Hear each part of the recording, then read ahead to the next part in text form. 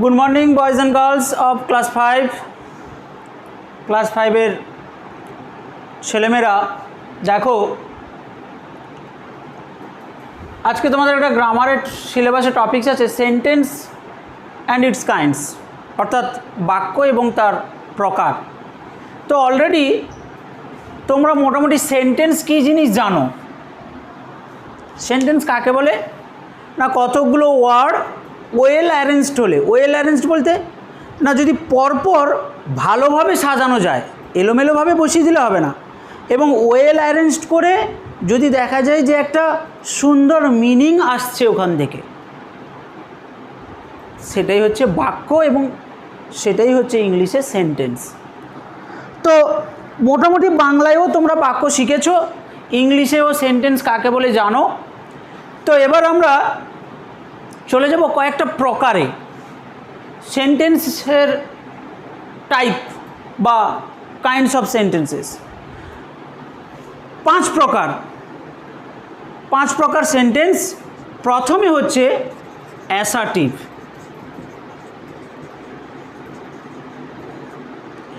দু নম্বরে হচ্ছে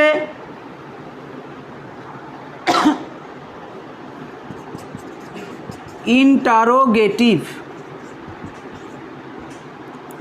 তিন নম্বরে হচ্ছে ইম্পারেটিভ, চার নম্বর হচ্ছে অপটাটিভ, আর পাঁচে হচ্ছে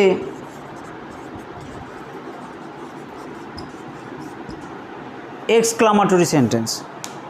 এই হচ্ছে পাঁচ প্রকার সেন্টেন্স, কাইন্ডস অফ সেন্টেন্স। এই কাইন্ডস অফ সেন্টেন্স বলতে এটা কিসের ভিত্তিতে না, এগুলো হচ্ছে মিনিংয়ের ভিত্তিতে। এবার অ্যাসার্টিভ সেন্টেন্স কাকে বলে সেইগুলো একটু আলোচনা করব, তোমরা বইতে দেখে নেবে। যা যা বলবো মোটামুটি বইতে সেই রকম ধরনেরই জিনিস তোমরা মিল পাবে, অসুবিধা কিছু হবে না। অ্যাসার্টিভ, অ্যাসার্ট মানে সাধারণভাবে কোনো কিছু বলা, ঠিক সেরকম অ্যাসার্টিভ সেন্টেন্স বলতে কোনো কিছুর মধ্য দিয়ে যদি বর্ণনা করা বোঝায়, বিবৃতি দেওয়া বোঝায়, অতি সাধারণ মানের কোনো বাক্য মানে সাধারণ মানের কোনো অর্থ বোঝায়, কোনো কিছুর সম্পর্কে বলা বোঝায়, তবেই হচ্ছে অ্যাসার্টিভ। যেরকম আমি একটা সেন্টেন্স লিখি, দে স এ ডিয়ার, তারা একটা হরিণ দেখেছিল। তাহলে এখানে তাদের সম্পর্কে কি বলা হলো না, তারা একটা হরিণ দেখেছিল। অতি সাধারণ একটা কথা, একটা ঘটনা বা একটা দৃশ্য দেখার কথা, সেই কথাটা এইভাবে বর্ণনা করা হলো। ঠিক সেরকমভাবে I love to it meet, আমি মাংস খেতে পছন্দ করি। এই ধরনের সাধারণ বাক্য নিজের সম্পর্কে হোক, কোনো জায়গার সম্পর্কে হোক, কোনো কিছুর সম্পর্কে হোক, অর্থাৎ বর্ণনা দেওয়া, বিবৃতি দেওয়া ইত্যাদি বোঝালে সেটাই হচ্ছে গিয়ে অ্যাসার্টিভ। এটা হচ্ছে অ্যাসার্টিভ সেন্টেন্স। ঠিক আছে, এবার আমি যাব কি না interrogative sentence. Interrogative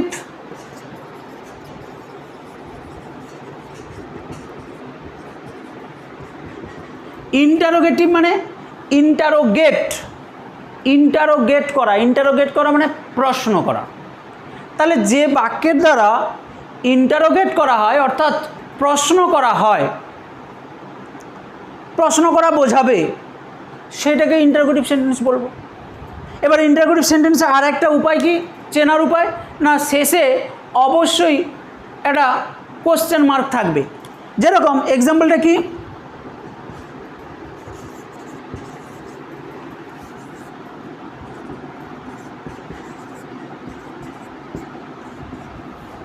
do you go দেয়ার, তুমি কি সেখানে যাও। দেখো ডু, তার মানে ইন্টারোগেটিভ সেন্টেন্সের প্যাটার্নটা এরকম, প্রথমে একটা ভার্ব এসছে, ডু ইউ গো দেয়ার। ডুটা কি ভার্ব, এখানে অক্সিলারি ভার্ব, সাহায্যকারী ক্রিয়া। তাহলে ডু, এই ডুটা কাকে মানে হেল্প করছে বা অক্সিলারি হিসাবে ব্যবহার হয়েছে কারকে, না এই গোকে। তার জন্য এটাকে ডুটাকে অক্সিলারি ভার্ব বলা হয়। তো এখানে ডু ইউ গো দেয়ার এবং শেষে কোশ্চেন মার্ক, প্রশ্ন করা বোঝাচ্ছে যে তুমি কি সেখানে যাও। এই কোশ্চেন বা এই ইন্টারোগেটিভ সেন্টেন্সটা প্রথমে দেখো ডু দিয়ে স্টার্ট। আমি আবার একটা ইন্টারোগেটিভ সেন্টেন্স বলছি,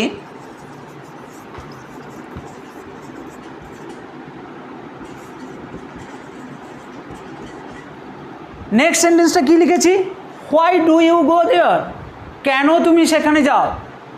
তাহলে দু রকম হয় কোশ্চেন, দু রকম, সেটা হচ্ছে ডু ইউ গো দেয়ার, তুমি কি সেখানে যাও। পরেরটাতে কি বললাম, হোয়াই ডু ইউ গো দেয়ার, কেন তুমি সেখানে যাও। দুটোই কিন্তু কোশ্চেন বোঝাচ্ছে। এই কোশ্চেনটার ক্ষেত্রে কি হচ্ছে, হ্যাঁ বা না বোঝাচ্ছে। যদি প্রশ্ন করা হয় তুমি কি সেখানে যাও, তাহলে উত্তরে কি আসতে পারে, হ্যাঁ অথবা না। কিন্তু পরের কোশ্চেনটা যখন জিজ্ঞেস করছি যে তুমি কেন সেখানে যাও, তখন কি আমরা সেই বোকার মতো হ্যাঁ বা না বলবো, তখন কিন্তু হ্যাঁ বা না বললে হবে না। কেন যাচ্ছি তার একটা স্টেটমেন্ট আমাকে দিতে হবে বা একটা ইনফরমেশান দিতে হবে যে কী কারণে যাচ্ছি। তাহলে এই দুটো টাইপ ইন্টারোগেটিভ সেন্টেন্স, এইটাকে বলা হয় ইয়েস অর নো টাইপ, আর এইটাকে বলা হয় ইনফরমেশান টাইপ।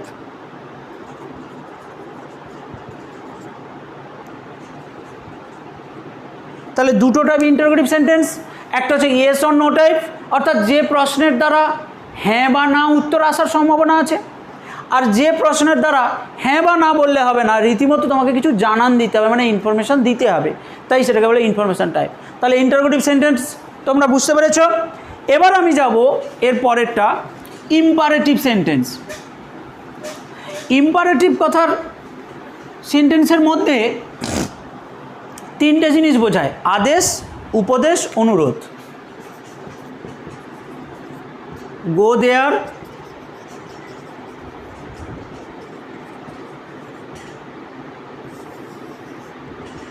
দেখো গো দেয়ার,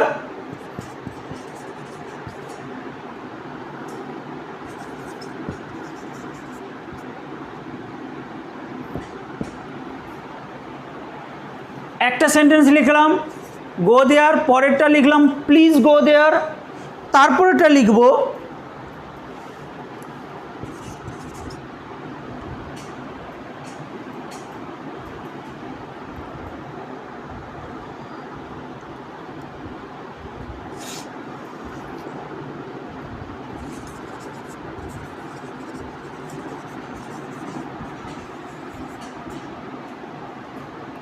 you should go there.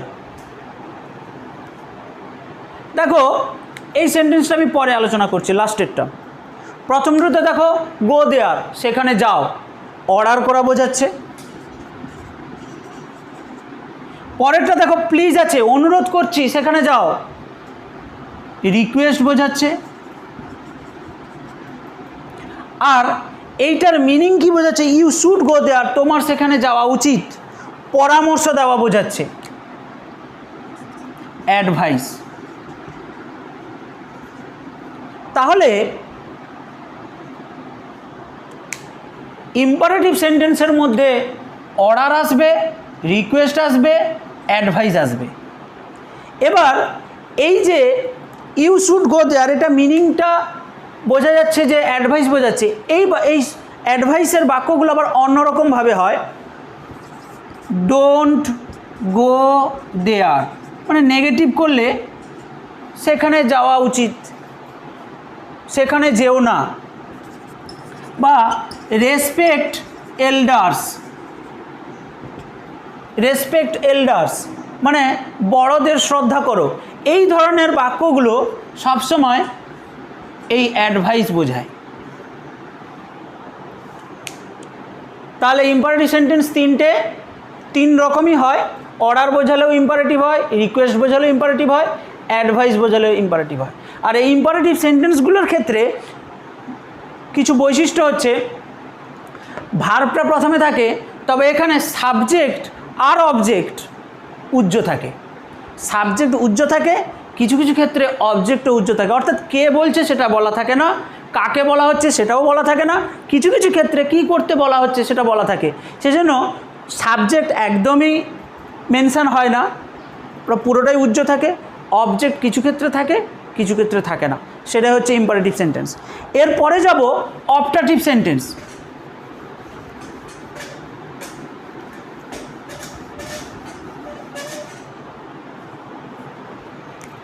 Optative sentence কি?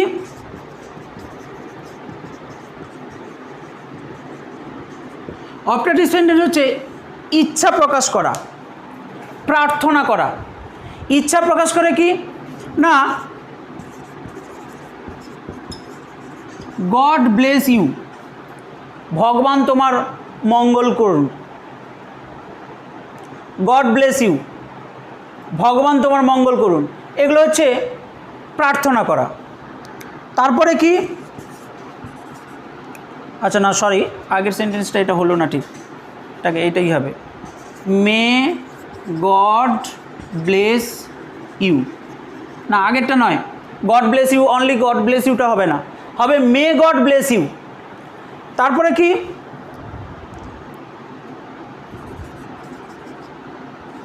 May you live long, may you live long. May God bless you, ভগবান তোমার মঙ্গল করুন, মে এটা হচ্ছে প্রার্থনা করা। আর মে ইউ লিভ লং, তুমি দীর্ঘজীবী হও, এটাও মানে ইচ্ছা প্রকাশ করা বোঝায়। সাধারণত অপটেটিভ সেন্টেন্সগুলো এইভাবে মে দিয়ে স্টার্ট হয়।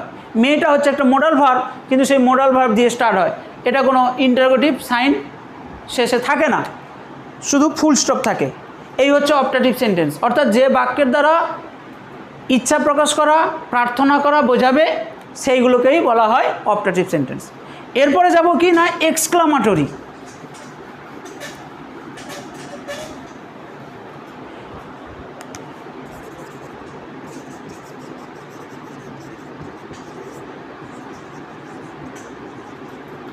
এক্সক্লামেটরি সেন্টেন্সে কি বলছে, বিস্ময় বোঝাবে, সেন্টেন্সের মধ্য দ্বারা বিস্ময় প্রকাশ করা বোঝাবে, বিস্ময়, অবাক হওয়া বোঝাবে, তবেই সেই বাক্যটা হচ্ছে গিয়ে এক্সক্লামেটরি সেন্টেন্স। এটাকে চেনার সহজ উপায় হচ্ছে শেষে এক্সক্লামেশন সাইন, এক্সক্লামেশন সাইন এইটা হচ্ছে গিয়ে শেষে থাকবে, সেন্টেন্সের শেষে এই এক্সক্লামেশন সাইন যদি থাকে তবেই সেটা হচ্ছে গিয়ে এক্সক্লামেটরি সেন্টেন্স।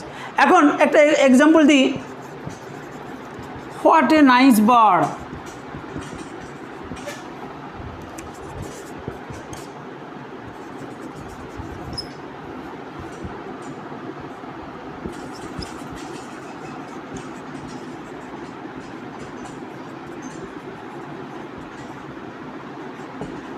দেখো প্রথমটার ক্ষেত্রে সেন্টেন্সের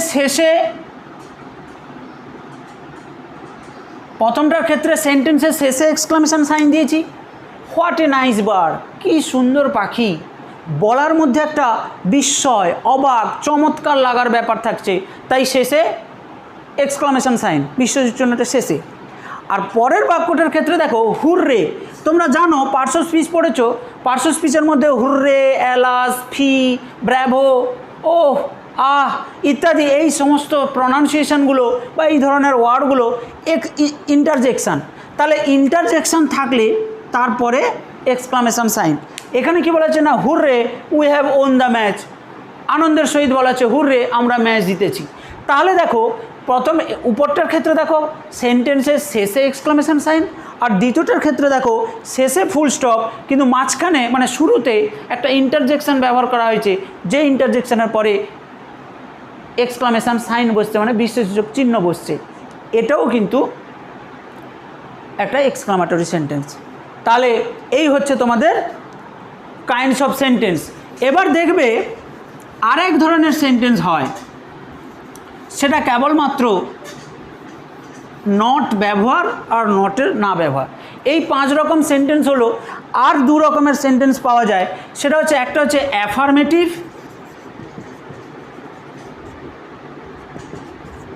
আর একটা হচ্ছে নেগেটিভ। একটা হচ্ছে অ্যাফার্মেটিভ সেন্টেন্স আর একটা নেগেটিভ সেন্টেন্স। তো অ্যাফার্মেটিভ মানে হচ্ছে হ্যাঁ বাচক, আর এটা হচ্ছে নাবাচক। তার মানে যে সেন্টেন্সের মধ্যে নট, নো, নেভার, নোবডি, হ্যাঁ, নান, এই ধরনের টার্মসগুলো থাকবে না বা এই ধরনের ওয়ার্ডগুলো থাকবে না, সেটা হচ্ছে অ্যাফার্মেটিভ। আর যে সেন্টেন্সের মধ্যে নো, নট, নেভার, নান এইগুলো থাকবে সেটা হচ্ছে নেগেটিভ সেন্টেন্স। এবার এটাও সমস্যা নয়, সমস্যা যেটা হয় বা তোমাদের এতে যেটা আসে সেটা হচ্ছে এই চেঞ্জটা কী করব, যে অ্যাফার্মেটিভ আছে তাকে কি করে নেগেটিভ করব বা কোশ্চেনও করা যায় কিভাবে। আমি জাস্ট একটা উদাহরণ দিয়ে আজকে ক্লাসটা শেষ করছি। দেখো,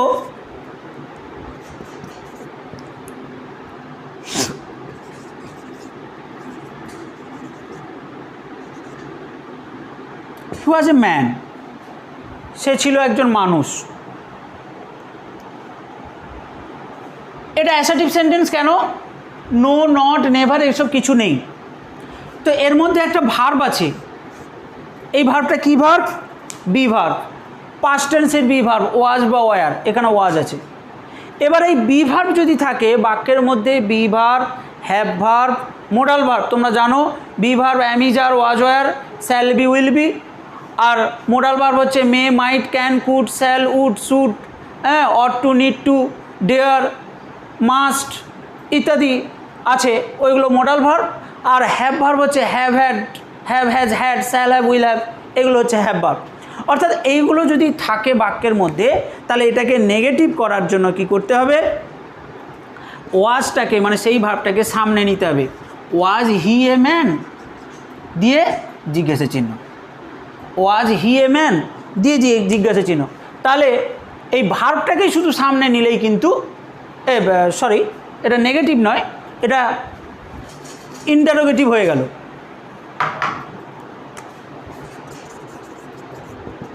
এটা ইন্টারোগেটিভ হলো, যে ভার্বটাকে সামনে নিয়ে এলেই হয়ে গেল। এবার এইটাকে যদি আমি নেগেটিভ করি, নেগেটিভ করলে কি করব না, যখনই বি ভার্ব থাকবে সেই বি ভার্বের পরে শুধু একটা নট বসিয়ে দিলে হবে। দেখো, ছিল হি ওয়াজ এ ম্যান, হয়ে গেল হি ওয়াজ নট এ ম্যান, এটাই হয়ে গেল ইন্টারোগেটিভ সেন্টেন্স। আর ইন্টারোগেটিভ বলছি নেগেটিভ সেন্টেন্স। আর ইন্টারোগেটিভ হলে কী হবে, মাঝখানের বি ভার্বটাকে শুধু সামনে নিয়ে এলে হয়ে গেল। মজার ব্যাপার হচ্ছে আর এক ধরনের টাইপ সেন্টেন্সের ক্ষেত্রে যেখানে কোনো বি ভার্ব থাকবে না, সেখানে কি হবে সেইটা উদাহরণ দিয়ে শেষ করছি। সেটা হচ্ছে কি, হি ওয়ান্টস এ শার্ট, কি লিখলাম? হি ওয়ান্টস এ শার্ট, এখানে কিন্তু কোনো বি ভার্ব নেই। Am, is, are, was, are, shall, shall be, will be, modal verb may, might, must, dare, need to, ought to, used to, এগুলো কিছুই নেই। Should, would, could এগুলোও নেই। তাহলে আছে কি না, শুধু আছে মেন ভার্ব। মেন ভার্বটা কি? ওয়ান্ট, তার সঙ্গে আবার এস আছে। অর্থাৎ যখনই মেন ভার্ব শুধু থাকবে তখন ইন্টারোগেটিভ করার সময় কি করব না, মেন ভার্ব থাকলে ডু আনতে হবে, do.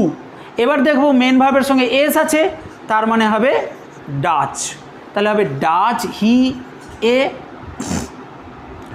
He want a shirt, তার মানে দিয়ে জিজ্ঞাসা চিহ্ন দিয়ে কী হলো না, ওয়ান্টের সঙ্গে এস ছিল, ডু এনে ডাচ করলাম, আর তখন ওয়ান্ট হয়ে গেল, এর সঙ্গে এ স্টার হলো না, যেহেতু ডু এর সঙ্গে ডাচ হয়েছে। কেন হলো না, যেহেতু এখানে শুধু মেন ভার্ব থাকে। তাহলে কখন ডু আনতে হবে? যখন B verb, have verb, modal verb থাকবে না, তখনই ডু আনতে হবে। এবার এটা এর সঙ্গে যেহেতু এস আছে তার জন্য এখানেও ইএস যোগ করা হলো। এবার যদি এখানে যদি ওয়ান্টেড হতো, পাস্ট টেন্স যদি থাকতো, তখন এখানে কি হতো? ডিড।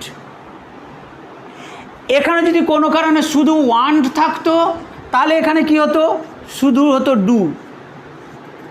তাহলে চেঞ্জগুলো বুঝতে পারছো? ভার্বের রূপ যেমন থাকবে ডুটা তেমন হবে। ভার্বের রূপ যদি পাস্ট টেন্সে হয় তাহলে ডুটা ডিড হবে। ভার্বের রূপটা যদি শুধু প্রেজেন্ট ফর্ম হয়, কোনো এস যদি না থাকে তাহলে হবে ডু। আর যদি ভার্বের রূপের সঙ্গে যদি এস যোগ থাকে তখন হবে ডাচ। এবার নেগেটিভের বেলা কী হবে? নেগেটিভের বেলা কিছুই না, যে শুধু ডু ভার্ব এসে গেছে মানে ডুটা ভেতরে রেখে নট করবো। কীরকম না, he does not want a shirt, এভাবে হলো।